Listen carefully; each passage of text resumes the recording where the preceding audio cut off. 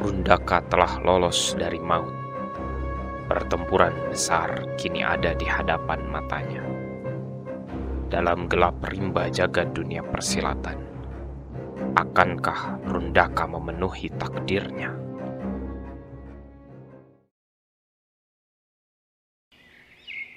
Sekembalinya Rundaka dan Kulna dari pertarungan melawan Tugala, Kulna memerintahkan beberapa orang untuk meninggalkan Padrang dan memerintahkan beberapa orang lainnya untuk melakukan hal-hal khusus. Kulna juga meminta Rundaka untuk beristirahat dan ia berkata, "Besok kita akan bertemu dengan Among." Rundaka tidak sempat bertanya siapa Among itu. Namun karena Kulna nampak sangat sibuk, ia pun tidak ingin menghambatnya. Ia pun memasuki rumah yang disediakan untuk tamu sama seperti ia pertama kali tiba di Padrang. Hari ternyata sudah mulai gelap. Sudah hampir 1 hari semenjak Rundaka dan Kulna meninggalkan Padrang. Rumah terasa hangat. Si ibu paruh baya yang belakangan Rundaka tahu namanya adalah Midah, sepertinya sedang memasak. Ia tersenyum ketika melihat Rundaka dan mempersilahkan masuk. Dari dalam rumah terdengar ada orang-orang sedang berbincang. Ternyata Hara dan Ulusa sedang berbincang di sana sambil sesekali tertawa. Ulusa melihat Rundaka dan langsung tersenyum lebar sembari melambaikan tangan. "Kakang, kemarilah, kami sudah menunggu, mari makan dulu." Rundaka tidak bisa menolak karena ia memang sangat lapar. Namun tidak tahukah Ulusa bahwa ia baru saja melewati maut siang tadi. Namun, Ulusa dengan ringan menyiapkan minum dan membawakan kain basah untuk Rundaka menyeka badannya. Hara yang juga sedang menikmati kacang rebus akhirnya menuju dapur untuk membantu Midah.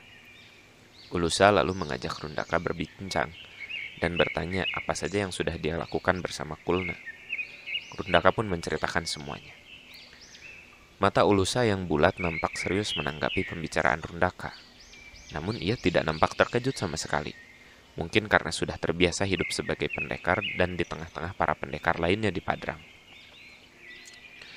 Rasanya Rundaka tidak pernah bercerita banyak kepada siapapun. Ia hanya berlatih silat sepanjang hidupnya. Dan belakangan hidupnya bahkan hanya berpindah dari pertarungan ke pertarungan. Tanpa ia sadari, ternyata Rundaka lebih sering merasa kesepian. Berada dalam satu masyarakat yang utuh adalah hal yang cukup asing baginya. Rundaka lalu bertanya kepada Ulusa. "Kulna bilang bahwa besok kami akan menemui Among. Siapakah itu?" Mata Ulusa tiba-tiba membesar. "Ayah? Kenapa kakang akan menemuinya?" "Ayahmu?" tanya Rundaka. Namun sebelum Ulusa menjelaskan lebih lanjut, hidangan telah tiba. Hara dan Midah membawa tentengan makanan yang banyak dan nampak lezat sekali. Ada nasi merah hangat dan daging bebek bakar. Disajikan dengan lalapan dan juga sambal tomat. Selain itu, Midah juga menggoreng beberapa ikan kecil untuk disantap. Rundaka pun terhanyut dalam proses menyantap makanan tersebut. Masakan Midah sungguh tiada tanding. Ia berhasil membuat Rundaka melupakan lelahnya pertarungan di hari tadi. Hari pun beranjak gelap dan Rundaka melanjutkan perbincangan dengan 3 perempuan itu. Namun karena sudah terlalu malam, Ulusa pun bergegas pamit. Rundaka baru ingat bahwa mereka tadi berbincang tentang Among. "Ulusa, siapakah Among itu?" "Ah, besok juga kakang akan tahu. Sampai bertemu besok," jawab Ulusa. Malam itu mereka pun berpisah. Rundaka lalu membersihkan diri dengan air hangat. Setelah selesai, Midah telah lebih dulu terlelap. Begitu juga Hara yang pamit untuk tidur. Nampaknya semenjak bergabung dengan kesatria Askara, Hara telah mengukuhkan diri untuk berlatih ki dan memanah. Keahlian melempar pisaunya pun terus ia asah. Rasa dendamnya kepada kelompok naga merah karena telah menyengsarakan hidup Wisesa, kekasihnya, ingin segera ia balaskan. Rundaka bersyukur ia mengajak Hara dan membiarkannya hidup. Rundaka pun terlentang dan merenungi perjalanannya selama ini. Sudah hampir 1 tahun penuh ia meninggalkan Nagaraga. Ia juga baru ingat bahwa Akinaraga akan datang ke Padrang menurut penuturan Kulna. Tanpa lama lagi, Rundaka pun terlelap. Keesokan harinya, Rundaka bersiap karena Kulna telah menunggunya. Mereka lalu bergegas menuju rumah Among yang ternyata adalah ayah dari Ulusa. Menurut dugaan Rundaka, pastilah Among ini memiliki peranan penting di Padrang. Karena jika tidak cukup penting, pastilah Kulna yang memanggil Among, bukan Kulna yang menghadap. Di tengah perjalanan, Rundaka memperhatikan lagi kesibukan warga Padrang. Ia menyadari bahwa Padrang hanyalah desa biasa, namun setiap orang sudah sadar pada perannya sendiri-sendiri, sehingga setiap orang tahu tugasnya masing-masing. Kulna sepertinya adalah semacam patih yang menjalankan pemerintahan di desa ini. Sampailah mereka di sebuah rumah yang tidak berbeda dengan rumah lainnya. Bahkan rumahnya pun cenderung sama dengan rumah yang ditinggali Rundaka dan Hara di tempat Midah. "Salam, kami izin memasuki rumah Among," kata Kulna setengah berteriak. Lalu pintu pun terbuka dan Ulusalah yang membuka pintu itu. Ia tersenyum dan mempersilahkan kami masuk. Setelah duduk, Kulna nampak sedikit kikuk. Tidak biasanya, di mana Rundaka selalu mendapatinya sebagai sosok yang gagah. "Ayah, Tuan Kulna dan Kakang Rundaka sudah tiba," kata Ulusa. Lalu dari arah dapur rumah, keluarlah seorang lelaki yang tidak terlalu tua. Tubuhnya kekar, beralis rapi seperti Ulusa dan berkumis tebal. Matanya terlihat dalam dan menyorot. Rambutnya hitam panjang tergerai sebahu. Ia juga mengenakan ikat kepala mirip seperti yang digunakan oleh orang-orang Padrang.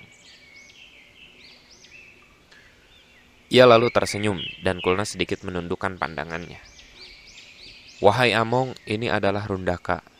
Dalam pertarungan kemarin, ia telah berhasil menguasai ajian Kamanduka. Jadi saya rasa kita bisa memulai proses penyetaraan Sundayana." Rundaka belum menangkap arah pembicaraan, tapi ia menatap Among dan tersenyum. Among balik menatapnya, dan pandangannya sungguh menusuk. Tidak diragukan lagi, seperti Kulna, ia punya wibawa maung. Jika diukur tingkat kesaktiannya, mungkin ia setara dengan Dakabumi, ayah Rundaka, yang sekaligus adalah pemimpin perkumpulan Naga Merah. "Bagaimana perasaanmu hari ini?" tanya Among kepada Rundaka. Suaranya cukup dalam. Saya merasa baik dan diterima di Padrang. Saya mengucapkan banyak terima kasih, Tuan," jawab Rundaka. "Bagus. Semoga semua orang memperlakukanmu dengan baik. Sekarang kau adalah bagian dari Askara. Karena kau sudah menguasai ajian Kamanduka, kau perlu tahu rencana kami dan bagaimana kau akan ikut berperan," kata Among. Rundaka mengangguk. Kulna lalu berkata, "Wahai Among, dalam pertarungan kemarin, saya sempat membaca isi pikiran anggota Naga Merah itu. Dalam pikirannya, saya melihat bahwa mereka mencoba menyerang anggota teratai putih dari alam gaib. Mereka juga telah semakin dekat dalam mengumpulkan pusaka Patera. Cepat atau lambat, mereka akan menuju kemari. Kita harus bersiap untuk pertarungan terbuka secepatnya," Kulna menjelaskan. Rundaka baru menyadari. Jadi inilah yang selama ini dilihat oleh Kulna. Ia lalu bertanya-tanya apa hubungannya semua hal ini dengan Akinaraga, gurunya. Among nampak seperti pria yang mengetahui, dalam artian ia seperti manusia yang sering mendapatkan wangsit. Mereka bisa mendapatkan petunjuk dari masa depan. Ia lalu berkata, "Kapan kira-kira orang yang menjemput Naraga akan tiba?" "Sekitar sore ini," jawab Kulna. "Pergilah ke lembah, mereka akan sudah sampai di sana sebelum sore. Bawalah Rundaka dan Ulusa serta beberapa orang dari regu pemanah. Aku khawatir di sanalah musuh akan menyergap Naraga." Tanpa panjang lebar, Kulna segera bersiap. Rundaka pun bergegas. Tidak sampai satu rebusan air, mereka sudah bersiap di atas kuda, termasuk beberapa regu pemanah dan Ulusa, yang kini tampil kembali dalam pakaian tempurnya. Mereka pun berderap menuju ke lembah Padrang. Tempatnya tidak terlalu jauh. Dari penuturan tadi, Rundaka bisa menarik kesimpulan bahwa kakek gurunya akan dijemput orang Padrang, dan mereka kemungkinan akan disergap di lembah. Lalu ada kemungkinan juga Akinaraga memang memiliki hubungan dengan perkumpulan teratai putih. Lalu apalagi pusaka Patera yang disebutkan oleh Among tadi, sungguh banyak hal yang belum diketahui oleh Rundaka. Mereka pun tiba di lembah. Benar saja dugaan Among. Terdengar suara orang-orang sedang bertarung. Mereka pun memacu kuda dengan lebih cepat. Saat jalan menjadi lebih curam, mereka turun dari kuda lalu bergegas kecuali regu pemanah yang siap menembak dari jauh. Rundaka melihat kelebatan orang-orang yang bertarung, namun dari pakaiannya itu bukanlah pasukan naga merah. Mereka mengenakan pakaian serba hitam dan menutupi seluruh tubuhnya kecuali mata. Rundaka menghitung mungkin ada sekitar 15 orang.